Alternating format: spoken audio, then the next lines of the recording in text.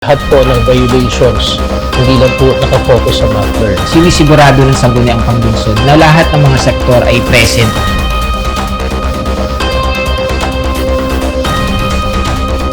Ako po si Chris Kernel Joseph Talento, ang kasalukuyan Chief of Police ng Valenzuela City Police Station.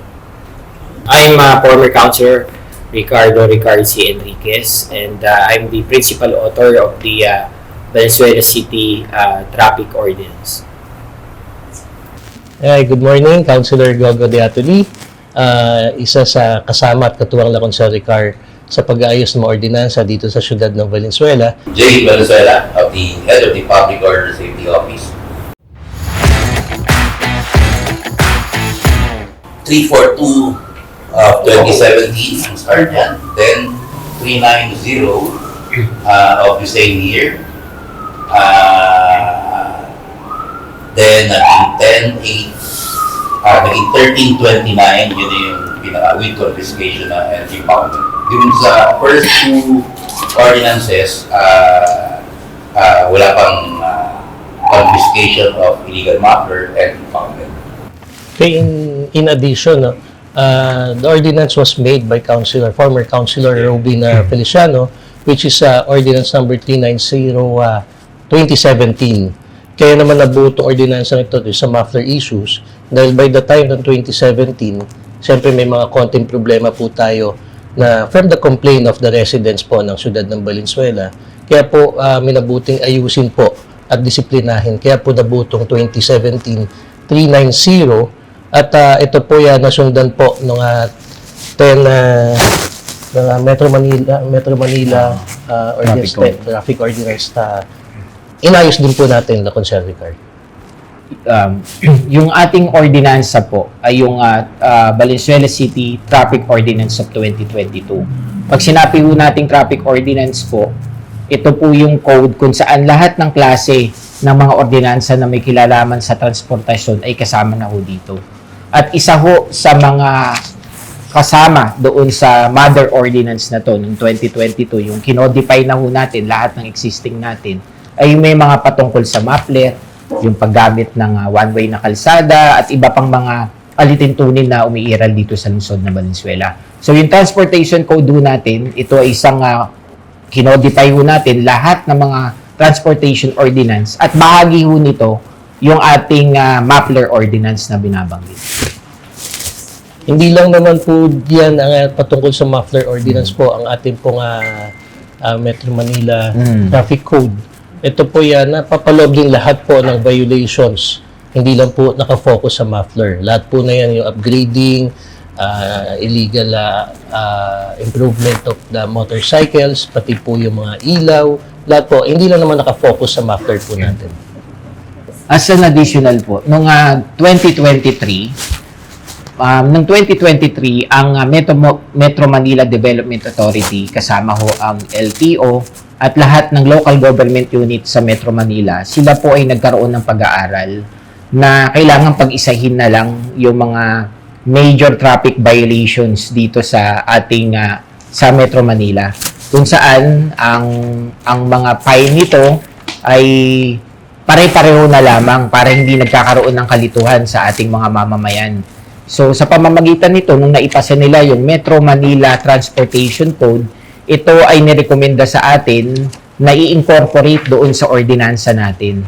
Kaya ho yung ating Valenzuela City Transportation Code, kasama nito yung MMDA Metro Manila Transportation Code din na nirekomenda ng lahat ng mga LGUs dito sa Metropolitan Manila. So, wag po nating isipin na ito'y sa Valenzuela po lamang. Ito'y na-implement sa buong Metro Manila. 1083 or the unauthorized modified muffler is different from the 1399. Malaman ko ito ay nag-violate using the decibel meter and must not exceed the 100 decibel meter. While on the 1083 is the unauthorized modification of any parts of the motorcycle in question. May be at the taillight, headlight, side mirrors, everything that you modified out of the original stock of that motorcycle will be considered as modified. Any modification sa iyong motor, kailangan mo ng authorization from the LTO. Regards data on the apprehension. Ayun sir, yung number, figure. Figure out of the verification process, 786, no? Out of 786 na ating chinek sa ating mga strategic areas, joint operation with the ating kapulisan, sa mga checkpoints, etc. Out of 786, ang bumagsak doon ay 280 lamang. Meaning less than 30% ang naawi natin sa violation ng ating 1329 or yung noisy muffler. So kakaragdagan din doon. Nung mga ginagawa itong mga ordinansa nito, sinisigurado ng Sangguniang Panglunsod na lahat ng mga sektor ay present during the committee hearing. Tandaan ho natin, lalo na itong MAPLE ordinance ho natin, mas nauna itong ordinansa, ito'y dumaan sa maraming committee hearings na ginawa kung saan yung mga representasyon ng bawat sektor nandun. Una, andun yung mga riders club po natin, napakaraming riders club po ang nagpunta doon, yung kanilang mga opisyalis at mga members natin. Andun ang Sangguniang Kabataan, andun ang barangay, andun ang mga HOA ng federation natin sa mga homeowners natin, kasama din yung HOA ng ating mga sa urban poor. At lahat ng business sector ho natin na mga organisasyon ay nandoon. So, kasama sila sa mga bumalangkas nito. At maaring during the committee hearing natin, isa rin sila sa sumuporta at nagpakita ng kainteresaduhan dito sa ordinance. So, at sa matagpak, pati yung mga penalty na yan, pag ho naman binabanggit ho ng ating mga stakeholders na yan, sila din naman yung pinakikinggan ng sanggunian.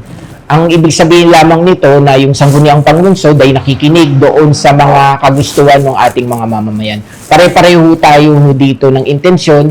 Gusto kasi natin isang mapayapa at maayos na komunidad. In addition, nabanggit ko sa Ricard, dumadaan po sa masusing pag-aaral. At the same time, kasama po dito ang mga suppliers at ang mga nagtitinda po ng muffler. Unang-una, syempre, ang ating po iisipin yung interest and safety ng Valenzuelano.